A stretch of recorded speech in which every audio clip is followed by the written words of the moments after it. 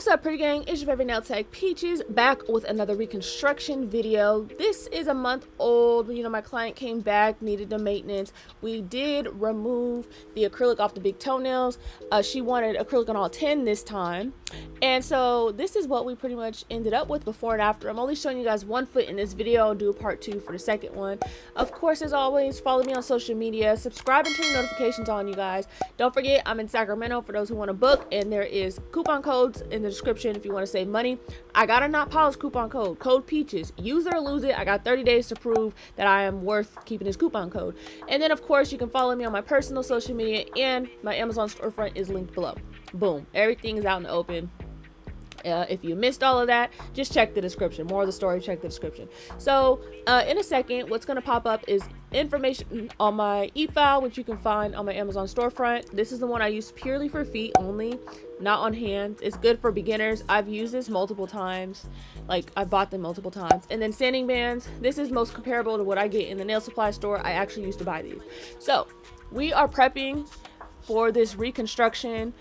This client, like I mentioned, she is a regular, and she's been coming to see me for about 5 months. That was her first appointment.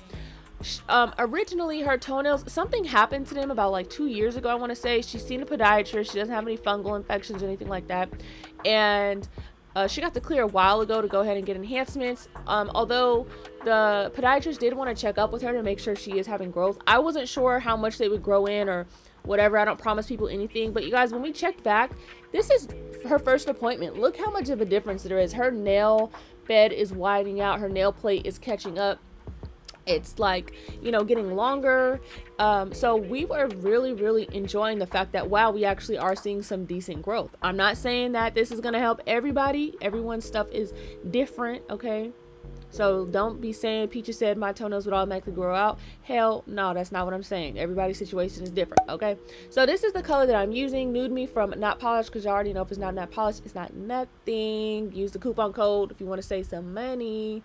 And this reconstruction on this foot is pretty straightforward because it's pretty much like half grown in, and it has widened up to a point of, you know, the sidewalls is coming in nicely.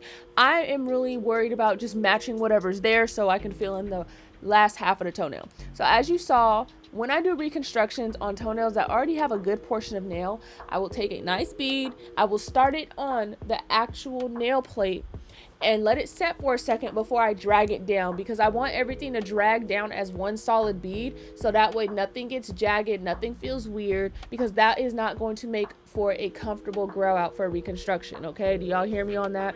So I'm mainly focusing on matching up with the sidewalls that are already there. You guys can see I'm tucking everything nice and neatly, and I'm just patting everything down for a nice smooth result. Now if you do this and it's too thin, you're gonna have to go back with way too many layers, and it's gonna cause the enhancement to be a little too thick. I'm going underneath so that way I know for a fact nothing is dripping weird and everything is nice and consistent and smooth. As you can see, this is where you want to go ahead and shape out everything. It doesn't need to be perfect, but you're gonna want to establish your length, and you're gonna go ahead and establish the width. Someone swiped up on my story not too long ago because somebody had a really wide toenail, and they asked me, why would I make it so wide? And I said, girl, I ain't got no damn choice. I can't make it more narrow than what they have. Like, you know, I gotta match what's already there. So there is a balance between trying to alter what they have and trying to work with what they have. And with reconstructions, we want to work with what they have, because as the toenail grows out, as the enhancement grows out, if you did a poor job, you're gonna be able to tell. Okay, so at this point, once I got that base layer down and we've established the length and pretty much the width, I'm gonna go in with a smaller sized bead, a little bit wetter than what it was, so that way I can go ahead and get into all the nooks and crannies and pretty much get around the cuticle area. We want that to be nice and even, so we're getting in all the little areas so this can look like she grew this. Okay, we want this to look like this is just what it is and that's all it is. So making sure that I'm pushing the acrylic forward, I'm tucking the acrylic down underneath the cuticle area, and then whatever is left, we're kind of just bringing it down to even it out. Now with reconstructions, you guys have heard me say this time and time again, you want to just pay attention to detail, and what you don't want to do is just because you see like toenails that are extra thick or whatever, we don't want to file them down or anything. The reason why I say that is because this client did ask, like, oh, are you gonna file my real nail, or are you gonna blah blah blah? And I'm like, girl, what is you talking about? Because obviously that's not something that I do. I work with what you have. Okay, I'm not going to unnecessarily file down this client's toenail. I said, number one, that would be painful because this is your real toenail and this is not excessive thickness. It's just as toenails regrow and reform, there is a period where it looks stumpy. I don't know why, but after a while, if you are on track for a normal growth pattern or what's normal to you, you know, it will appear to grow and stumpy for a while, and then it just kind of smooths out and flattens out into what we see as a normal nail, what we consider as a normal nail. It's on fingers and on toes. I've gone through it.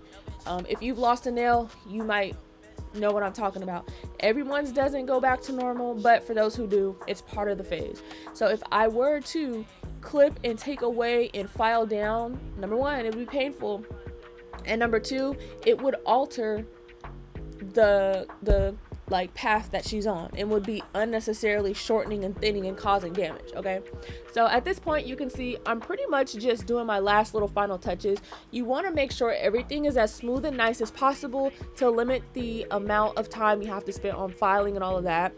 This is going to help you get through your services quicker. This is why I say try and use bigger beads if you can, and you know, just kind of use your like common sense to figure out answers to some of these problems and how to work around each client, because you guys, in my opinion, there is no reason that we should be taking like 3 hours on pedicures and reconstructions, in my personal opinion, because I know it can be done sooner. However, I will say this client, she's very nice, but y'all, she is extremely picky, like picky to the point of you know, she was giving me instructions for stuff, and she will give me like, be like, oh, I liked how you did it last time, but blah blah blah blah blah, and what we're doing right now ends up completely different than last time. Like, you see what I'm saying? So picky in the sense of like the pickiness isn't even consistent to what she likes. So this appointment, y'all, by the time I even started the second foot, there was only like 30 minutes or less left of the appointment. I think it was like 10 minutes, you know? So I was kind of like, woo, child, this was a whole lot of work. Yeah, so now everything is dry. We want to make sure that we go ahead and start our finish filing. Y'all know I prefer to do this before even starting to hand file, because if you don't, you're going to notice that you may be trying to hand file through a lot of bulkiness, depending on your level of expertise. Even if you're not like a super expert, there's still times where things end up bulky because of compensating for other areas and different things like that. We want to make sure everything is nice and smooth and flush. You know, I am contouring the front because although she does not have a toenail there is still acrylic, and the last thing you want is to have a bulky, you know, tip or whatever. This should go without saying, I don't want to see anybody using any nail tips on toenails. I still get that question, like, can I use a nail tip? Fuck no. Do you want somebody to lose what they have? No. And somebody did comment on one of my other videos not too long ago saying that like I'm making people's toenails too long for them having itty bitty you know, amounts of toenail. You guys, the amount of toenail that she has, there's no reason why she cannot have an enhancement that goes just to the tip of the toenail. The person's whole point was like, you know, if they fall, you know, hey, I'm a nail tech, if they fall, it's going to rip everything off. But the point that I was trying to make to them is like, you know, hey, I'm a nail tech too, and also if you use the right techniques and you accurately, you know, choose the length that will work for the person's lifestyle, and they stay up on their maintenance, everything's going to be fine. Okay, that's the whole point, and why I mentioned nail tips, because everything will not be fine if you use nail tips or make them too long. So the reason why I went to that other toenail is because it was not all the way dry as I need it to be to continue.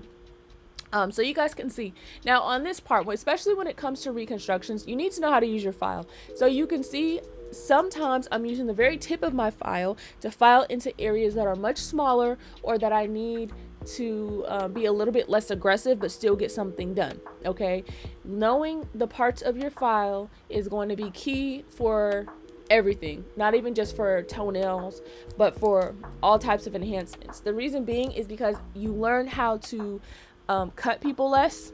Okay, that's always the goal. Yes, people might get nicked here and there, but We want to make it as comfortable as possible. Do not forget to get into these sides, into these corners, underneath, because if you see anything that is uneven, you need to make sure that it's fixed, because I'm telling you, there's nothing worse than doing enhancements on somebody and not realizing, even though the top layer is smooth, if underneath is jagged and everything like that, it's not going to be fun. We all go through those phases in our work where you don't realize, like, hey, that makes a difference. I know I did, and that's how I got to where I am now. Okay, so at this point, we're just gonna go ahead and continue filing. I'm trying to make them very short. Her other acrylic toenails that is the length of her real toenails. You guys know I don't typically extend it longer than what someone's working with. That's another reason why it took so long, because I had to shorten all of those like quite significantly. Even though I shortened them at first, like before I even put the acrylic, it still took a long time to shorten them after. So here are some files that you can use if you're interested in the same type of grit that I'm using. Okay, I like Zebra 8080 files for toes and for overlays. So what I was realizing, you see that area, how there's like, it's right there, it's a little bit too curved. It's not thick enough right there, and it looks like it's like missing acrylic. So basically I need to go in, I need to fix that, because otherwise you can get cracking in the sides, okay, and it's just not going to be as quality as it can be. So when you see things like that, do not ignore it. If it's not something that can be fixed with the file and you need to add more acrylic, go ahead and add the more acrylic. Go ahead and add a little bit of extra acrylic, y'all. It's not going to kill you. All right, while you're waiting for it to dry, you can just go ahead and work on the other toenails, and you will be able to come back to it. If you are using the correct liquid to powder ratio for your beads, you will not be waiting around forever for stuff to dry, unless the temperature of the room is just, you know, kind of effing it off. But so yeah, I made sure I did that, and then I decided I will come back to it. So you see on this side where my thumb is at, how there's no like buckling or anything like that. It's just pretty straightforward, just a straight sidewall. That's what I needed the other side to be. Otherwise it will look funny from different angles. Okay, so here we go. We need to make this big toenail very short, as she does go to the gym and things like that. And because also, you know, she is missing half a toenail, and they don't need to be too long, you know. So earlier when I was mentioning the person who was saying that, you know, I make them too long or whatever, blah blah, you know, that wasn't no shade or anything like that. I literally brought that up just to bring attention to you guys that I personally do not think this is too long. When I say natural length, this is what I mean, because from different angles, although this looks one way from here, from other angles, okay, it's like barely at the tip of the person's toe. So there's no way that's gonna like catch or do any of that nonsense. You know what I'm saying? Yeah, so once we get the length right, we are gonna go ahead and we're gonna smooth over top. This is really important that you don't leave stuff like this out. It's going to basically, woo, y'all, I've been talking for 13 minutes straight. This is just like ridiculous and wild. Okay, I really am a motor mouth, damn. So yeah, all these little steps that you guys are seeing is the make or break between, does this look natural or is this bulky? Because although I do see that there are some people and their enhancements don't look bad, when you look into the cuticle area or whatever, sometimes you see a lot of bulk, or sometimes the tip of the toenail extension looks very thick. And there are little things that people look at and clients look at that are going to show, you know, do they feel like this is quality and is this worth it, or is it not? So I feel like that's something that does set me aside from other people. And although there's other people that do a really great job, I just, like, you know, in my city or, you know, whatever, in the area, I feel like this little attention to detail clients bring up a lot, and this is what they feel like is like, no, I trust you, I don't want anybody touching my toes, nobody else touching my feet. All right, so you're gonna see I'm really in that cuticle area, especially for reconstructions. It's important because a lot of times some people's cuticle areas are still bulky and they are not quite flattened out to look as natural as possible. So although there is going to be a little bit of extra bulk, sometimes we want to get as natural as possible without looking crazy and bulky. So after I'm done, I like to spray down with some like alcohol spray, cleansing spray. This client did have a pedicure first, I want to point that out, but if she didn't, I would have sprayed this spray first as well. So here we go. This is what the enhancement is looking like, but of course she wants French tip. Now this is what really extra took a long time. Now y'all have seen me done this before. This is my technique for a perfect French every time.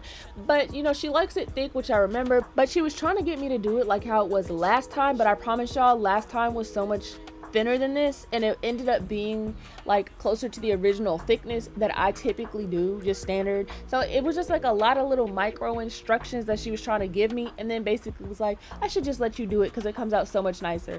So even though it looks so pretty right now and it was perfect, y'all, you know, we got to give the clients what they want, even if it takes extra time. But she did tip me, so it's okay because I like a happy client. So of course, this is the final result.